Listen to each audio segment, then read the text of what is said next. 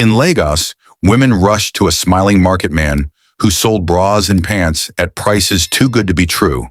But what they didn't know was that behind his cheap bargains were rusty wires, condemned foams, and charms that ruined lives. One woman wore his bra only to discover a lump in her breast. Watch this before you ever buy bra and pant from market men. Welcome to Folktales by Chisom, where real life and mystery meet. Today's story is a warning every woman must hear, because not every bargain in the market is a blessing. Some can cost you your health, your happiness, and even your life. Balogun Market in Lagos was alive as always. A sea of heads bobbing, hands waving, mouths shouting. Hawkers balanced trays of oranges and groundnuts on their heads. Okada riders zigzagged through narrow corners, while the air carried the mixed aroma of roasted plantain, dried fish, and petrol fumes. But in the heart of that chaos stood a man who never failed to draw a crowd. Baba Kola. He was not like the average market man. While most men sold electronics, spare parts, or provisions, Babacola specialized in something unusual: women's bras and pants. It was strange, even funny to some, but Babacola's stall was always the busiest. Women from all walks of life thronged his little space, laughing at his jokes, charmed by his compliments, and enticed by his prices. "Ah, madam, this one go fit you well. See as a strong like imported. I dey do him 2 for 5,000 naira only," Babacola would say, waving a colorful bra in the air. The women would gasp. 2 for 5,000? Other stalls sold 1 for that price. His goods looked new, firm, and attractive, and Babacola had a smile that disarmed suspicion. By the time he winked, adjusted his cap, and called a woman queen, she was already pulling money out of her purse. Other traders were furious. Mama Titi, who had been selling lingerie in Balogun for 20 years, complained loudly one afternoon. "This man go use something, oh. We way dey buy better goods from Aba and Onitsha. Nobody dey buy from us again. Na only him dem dey rush. How we one take make profit with this kind cheap price?" They didn't know. They couldn't know. At night, when the market emptied and the noise faded, Babacola would retreat to his hidden workshop behind the stalls. There, the truth of his business was revealed. Stacks of condemned foam, blackened by chemicals, were piled high in one corner. Rusty wires and bent hooks from old bras filled a bucket. Melted rubber from discarded slippers was stretched into straps. He stitched them together carefully, making sure to spray them with perfume and shine them up until they looked new. But it wasn't just his hands that worked. On the floor of his workshop, buried in a broken calabash, lay cowries, red cloths, and small bottles filled with dark oil. Every night he sprinkled gin and muttered incantations. "Orun gabami ki gbogbo obinrin wale si owomi," he chanted in Yoruba. "Heaven hear me, let every woman walk into my hands." And they did. By day, Babacola was the smiling market man. By night, he was the silent craftsman of deception, blending condemned materials with charms. The women left his stall with smiles, but none knew what they carried in their shopping bags. The sun was high and unforgiving when Amara and her husband Chidi walked into Balogun Market. The crowd pushed and shoved as traders screamed prices, but the young couple barely noticed. They were too busy fuming at each other. Amara was pregnant, her belly showing just enough to slow her steps. Sweat clung to her forehead as she glared at her husband. "I saw the message, Chidi," she snapped, her voice sharp enough to slice through the market noise. "Don't even try to deny it. Ngozi doesn't just send you good night, baby, by mistake." Chidi rubbed his forehead, frustrated. "Amara, for God's sake, it was nothing." She was only joking. "Why must you always overthink everything?" "Overthink?" Amara scoffed, folding her arms tightly across her chest. "You're chatting with my best friend in secret, and you call it nothing?" "I knew it. I should never have trusted either of you." Chidi's lips tightened. "Not here, please. Let's just buy what we came for and go home." But Amara was not done. Her voice rose above the haggling around them. "You think I'm stupid? You think I don't see the way she looks at you?" Passers-by slowed to watch, some giggling, some shaking their heads. The argument carried like wildfire. Just then, a cheerful voice cut through the tension. "My people, husband and wife, don't scatter love inside Market O." It was Baba Kola, smiling as always, fanning himself with a folded newspaper. His stall gleamed with neatly arranged bras and pants of all colors. He beckoned them over. "Ah, fine madam, pregnancy de show well o. You go soon-born champion. But see, you must protect yourself with better bra.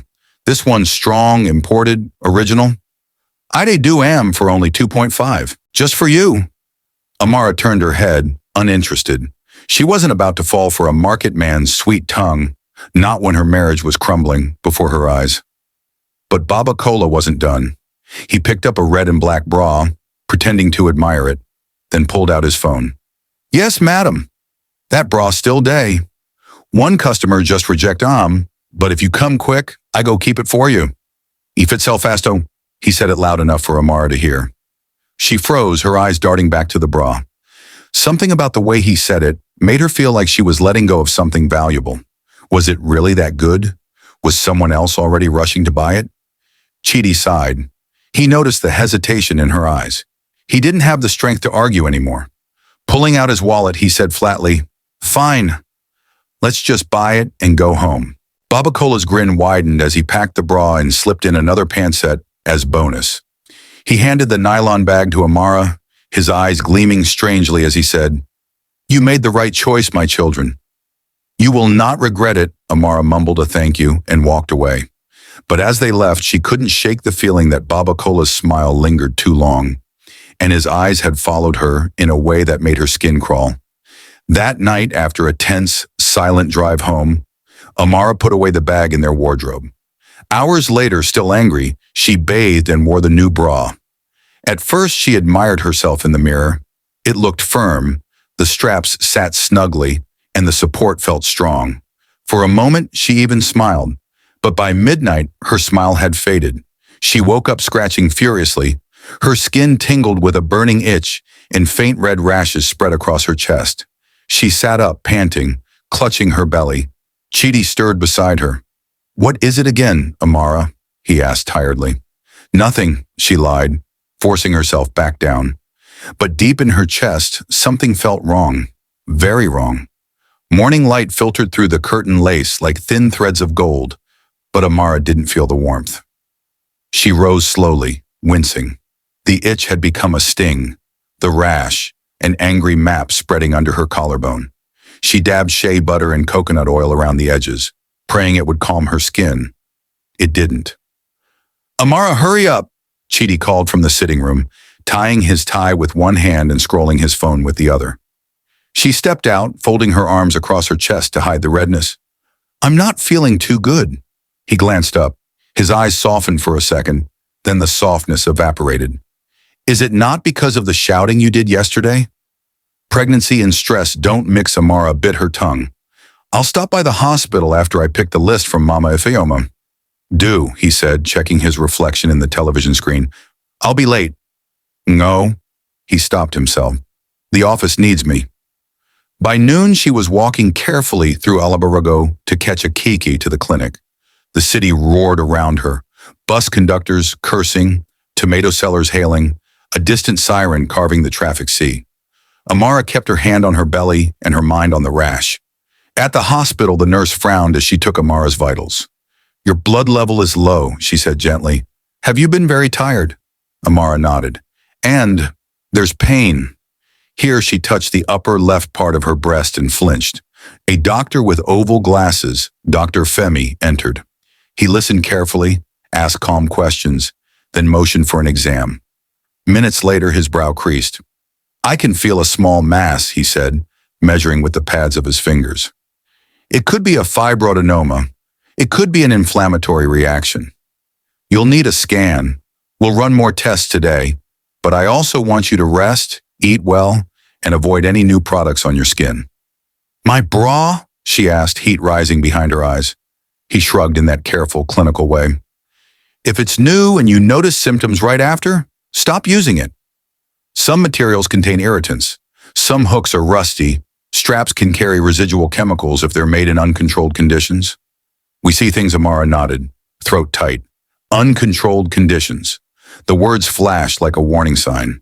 Back in Balogan Market, other signs were mounting. Mama Titi stood outside her stall staring at the charred patch that used to be her neighbor's shed. "A small fire," the landlord said, shrugging. "Wire touch wire." But people whispered, "Baba Kola, no like competition." 2 days after Mama Titi publicly accused him of doing something, her neighbor's shop burned. Not hers. The message was simple. "If it be fuse," El Haji Musa, the spare parts seller across the lane said, "but this kind coincidence they smell." At dusk, a woman called Bucky burst into the market crying, her wrapper slipping. "My body they burn. See rash. See She flung open her scarf to show angry welts blooming like poison flowers. "Now the bra way I buy from that man?" Women shivered. Some clutched their shopping bags tighter. Others looked at Babacola's stall, where the man himself stood as if carved from ease, smiling, offering water sachets as pacifiers. "Madam, sorry-o," he told Bucky, pretending concern. "Sunday hot today? Some people body know they like heat." He turned to other customers, lowering his voice to a persuasive hum. "See this one? Thick foam, imported line. 2.5 last price." The crowd stayed. Night fell. The market thinned. In a narrow alley behind the stalls, 2 teenage boys dragged a nylon sack toward a back door, the entrance to Babacola's workshop. "Drop softly," a hoarse whisper commanded from inside. The boys obeyed, and as the door opened, the smell that escaped wasn't the smell of a legitimate factory. No clean rubber, no crisp new fabric. It was the metallic breath of rust, the stale musk of condemned foam, and a sour chemical tang that clawed the nostrils. Within, under a naked bulb, rusty hooks lay in a basin of brown liquid. Old foam, yellow-gray and pitted, waited to be sliced. Melted rubber strands, drawn from burnt slippers, cooled across a wooden plank like black licorice, and on the floor, half covered by a woven mat, sat a small calabash with tied cowries and a red cloth knot. The light flickered. A whisper in Yoruba scattered like dry leaves. "Eje ki wanwa, ona mini, let them come. They are mine." Back at home, Amara eased into bed without the bra, but sleep wouldn't come. Whenever she closed her eyes, she saw a smile. Too wide, too white, too patient. She pressed her palm to her chest, felt the sore spot, and whispered into the dark, "God, please, help me." In another part of Lagos, Ngozi typed a message she never sent. "Chidi, are you sure about this?" "She's my friend." She deleted it. Then, as if an invisible thread tugged her fingers, she typed another. "See you tomorrow?" She hit send. The city exhaled, and the night, obedient as a dog to its master, curled around Babacola's door. Saturdays in Lagos have their own heartbeat. Generator drums, neighbor radios, distant weddings, the wet slap of clothes on washboards. Amara moved slowly through it, refusing the bra and wrapping a soft scarf around her shoulders instead. The rash had grown angrier. Heat made it itch. Cold made it sting. The place under her left breast throbbed like a tooth. "Eat," Mama Ifeoma said, pushing a plate of ogbono soup and simo.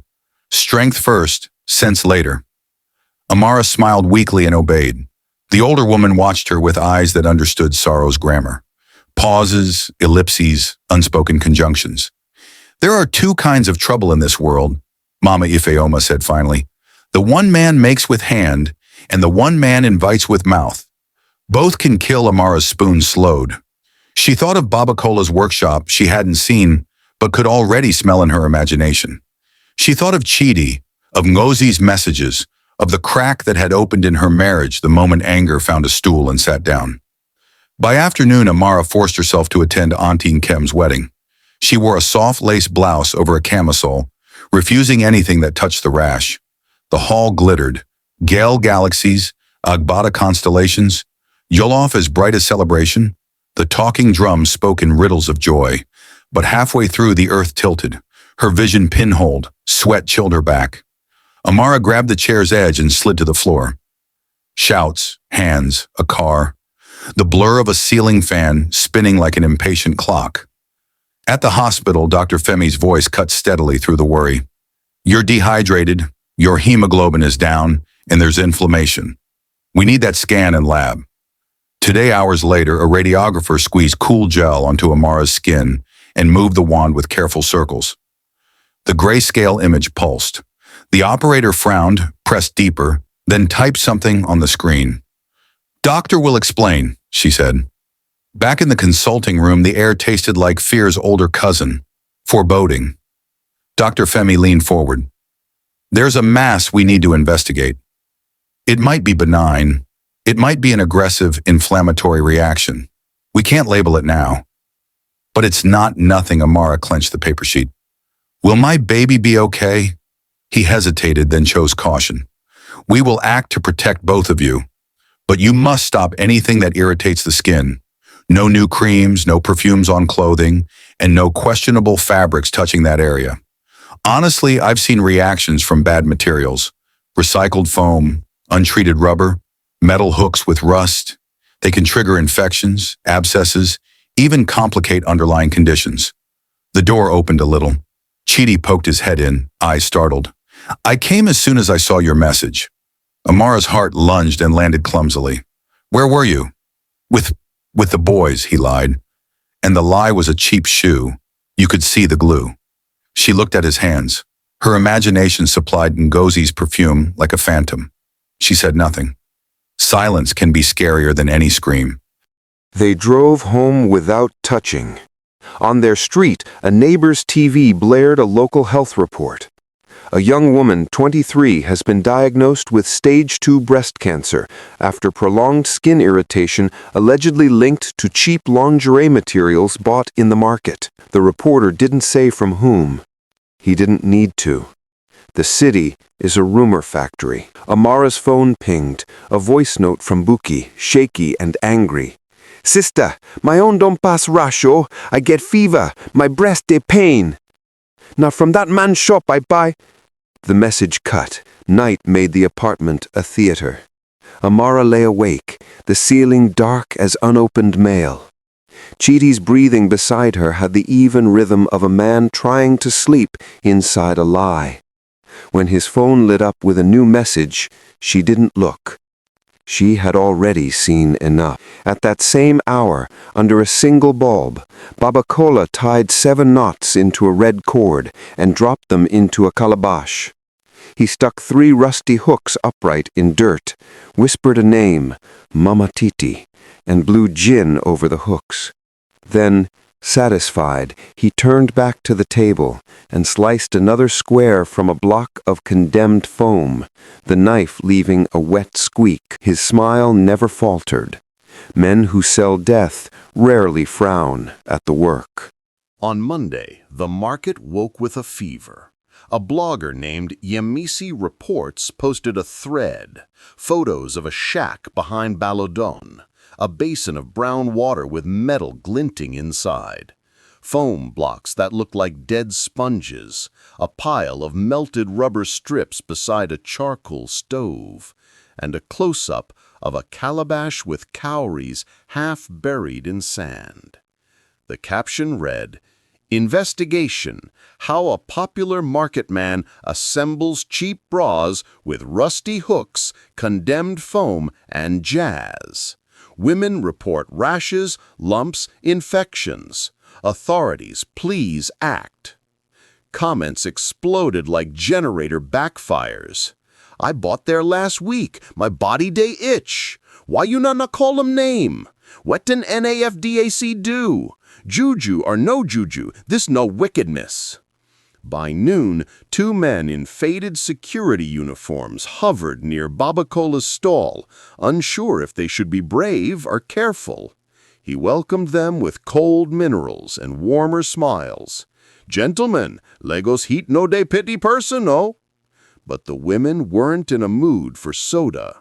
A small crowd gathered, faces storm dark. Buki pushed through, wrapper tied like a battle girdle. "You sell poison," she shouted. "Madame," he protested lightly, "I sell what my mother sell, clothes. I am only a humble trader." "Then why your workshop be like mortuary?" came a voice from the back. Laughter, bitter, eager. Tension is a match looking for a rough surface. It found one when Mama Titi stepped forward, her voice a drum. When I talk say you dey do something, people laugh. My neighbor's shop burn. Today we see your factory. If not abroad, you go Dundee jail. Something flashed in Babacola's eyes, something like flint remembering fire. He raised both hands.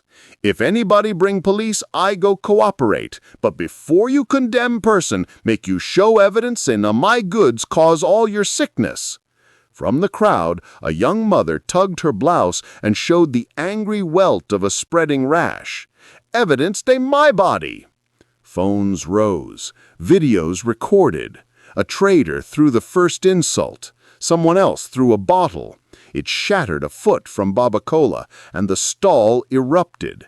Hands grabbing, shelves rocking, a metal hook sliced someone's palm, a baby cried. And then, like Lagos itself had blinked, he was gone. "Where he go?" Bucky gasped, spinning. The security men cursed. "Him climb where?" one asked, staring at the open space where a body had been not a heartbeat ago. Behind the stalls, a keke coughed to life and rattled away towards Idumota, a man hunched in the back seat with a nylon bag and a smile that didn't mind losing teeth.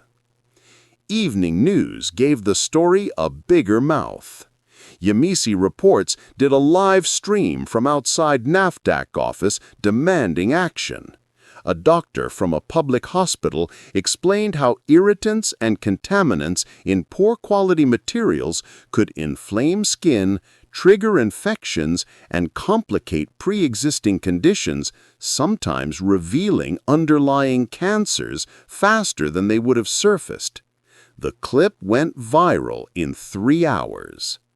In a small sitting room, Amara watched the live stream with Mama Ifeoma, the phone between them. "Burn it," the older woman said simply, nodding at the wardrobe, "before your mind becomes a house where fear pays rent." They took the bra and the bonus pant to the backyard. Mama Ifeoma reached for a small bottle of anointing oil and dabbed a cross on Amara's forehead. "We will fight both sides of this war, the one you contest in a lab and the one that hides in the shadows." They lit a small fire in a metal basin. The bra curled like something alive, the foam sighing out a thin, chemical smoke. Amara felt ridiculous tears sting her eyes, as if she were cremating a problem and hoping the ashes would forget her address. "Enough," Mama Ifeoma said, covering the basin with a metal tray. "Go drink water." That night, Chidi came home late, smelling like apologies and another woman's perfume. Amara didn't ask. Her body had learned a new language, one where questions were knives that boomeranged. He sat on the edge of the bed, staring at his hands. I saw the news. People are saying it's that man's bras." Amara nodded without looking. "I burned it." He swallowed. "Good." Silence turned the room into a church. Only whispered confessions made sense. At last he said, "I booked your follow-up appointment." She looked at him then. Something in his face had changed. Not a full repentance, not yet, but a tremor in the ground where stubbornness usually stood like a house. "Thank you," she said, the words tasting like both relief and caution. Across the city, inside a dim single-room lodge, Babacola counted money on the floor and hummed. He pressed a cracked phone to his ear. "Onicha?" he said, smile blooming again. "Yes, I datum." 2 weeks softened the edges of crisis, but didn't erase the center. Navdak sealed a backroom workshop in the market. No name on the tape, no arrest to photograph. Traders swore they'd never seen Babacola again. Some said he slipped into lagoon fog. Others claimed he boarded a night bus. Lagos offered no confirmation, only more stories. Amara's follow-up at the hospital arrived like an exam she hadn't studied for. She gripped Mama Ifeoma's hand in the waiting room, a rosary of shared strength passing between their palms. Dr. Femi examined, compared, tapped the keys of his computer. "The mass is inflammatory," he said at last. "We'll continue monitoring. The skin reaction is settling since you stopped the trigger. We'll keep you on antibiotics. I want you on better nutrition and rest, and absolutely no questionable materials touching that area." He paused, looking from daughter to mother. "You came early. That matters." Amara exhaled a breath that had been squatting on her chest for days. Tears came, not dramatic, just the clean water of relief. "Thank you," she managed. Outside, the afternoon had that washed Lagos light, all glare and water and dust. Chidi waited by the hospital gate, fidgeting with his car keys. He looked smaller somehow. When he saw Amara's face, joy flickered like a match cupped in wind. "So?" he asked. "Inflammatory, not cancer." The words were feathers, light, but capable of lifting a heart. He shut his eyes. When he opened them, shame pooled there. "I'm sorry." "For what?" The question had no whip now. "For everything." His voice cracked. "For leaving you alone in fear. For letting something ugly grow between us. For not guarding our home." Words are easy. Change is a diet. Amara nodded slowly. "We'll see. One day at a time." That evening, Mama Ifeoma made pepper soup that rivaled prayer. The three of them ate at the dining table like people who had jumped off a moving bus and found the ground under their feet. After the plates were cleared and the generator coughed into life, Amara scrolled her phone. A new headline. A new rumor. Onitsha main market. New traders selling original bras at giveaway prices. Women rush. Competitors cry. Top comment. "He looks familiar, Shaw. Always smiling." The room's temperature dropped. Amara enlarged the grainy picture. Beard shaven, cap different. But that smile didn't need a name tag. She forwarded it to Bookie, to Mama Titi, to Yamisi Reports. Then she typed a new post. "Watch this before you buy bra and pant from market men. Not everything cheap is safe. Some materials are poison. Some sellers bend the world with things we can't measure. Check what touches your body.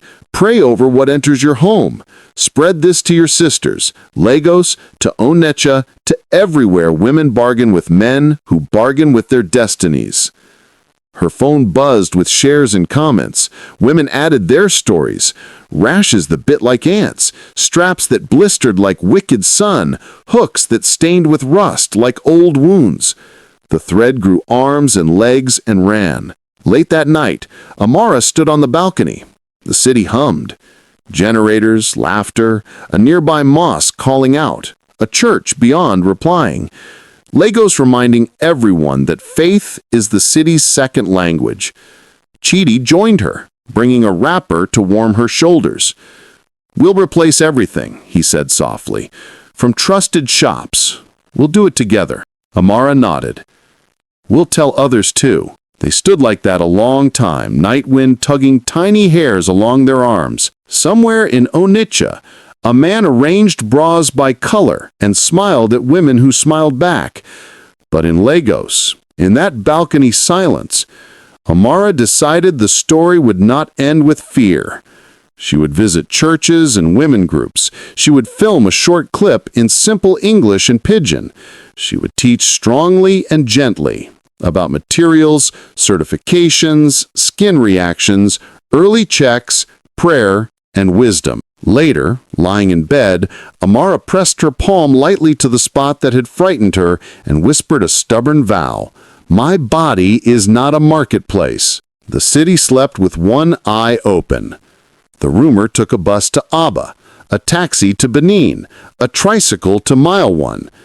Maybe that was the point. Evil thrives on silence. It chokes on testimony.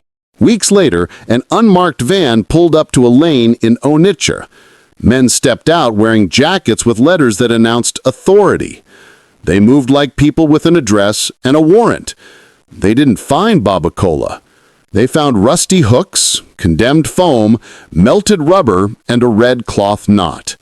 A neighbor swore the trader left at dawn, cap pulled low, smile absent for once. The officers sealed the door with bright tape. The camera clicked, the city scrolled, and somewhere else, a new stall opened, with prices that made common sense feel expensive. Moral: not every bargain is a blessing. Some are built with condemned foam, rusty hooks, and lies. Some are baited with charms to empty your health and your home. Guard your body. Check your labels. Buy from trusted sources. Pray over what you wear. What touches your skin can touch your destiny.